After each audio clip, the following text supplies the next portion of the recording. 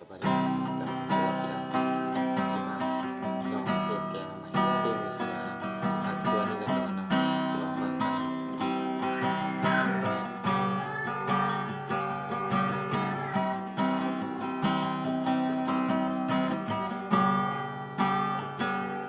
ฮักกะฮู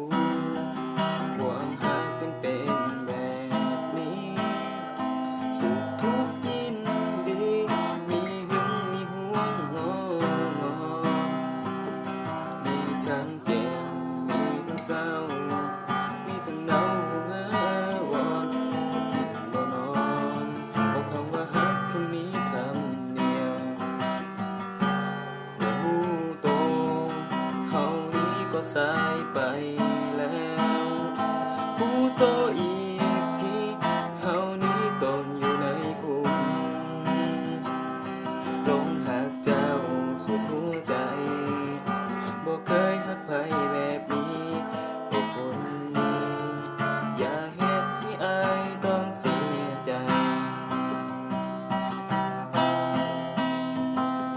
บ่ต้องหักตั้งแต่ไหลเห็นแต่ขอให้เป็นคนที่หักกันอย่าหลอกลวงกัน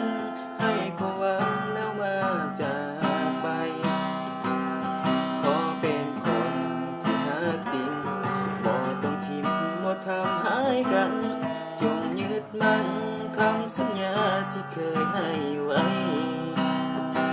จะขอยืนรออยู่วันนี้บอนที่เฮาเคยสัญญาใจว่าบ่มีไผสองเฮาจะหักกันและกัน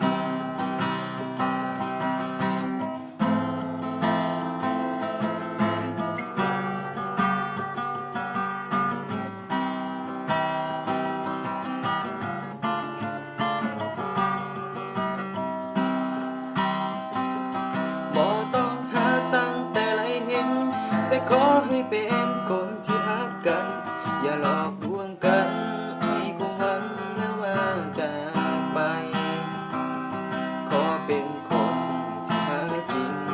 บ่ต้องทิ้งบ่ทำหายกันจงยึดมั่นคำสัญญาที่เคยให้ไว้จะขอยืนรออยู่บนนี้บอนที่เฮาเคยสัญญาใจว่าบ่มีไผสองเฮาจะหักกันและกัน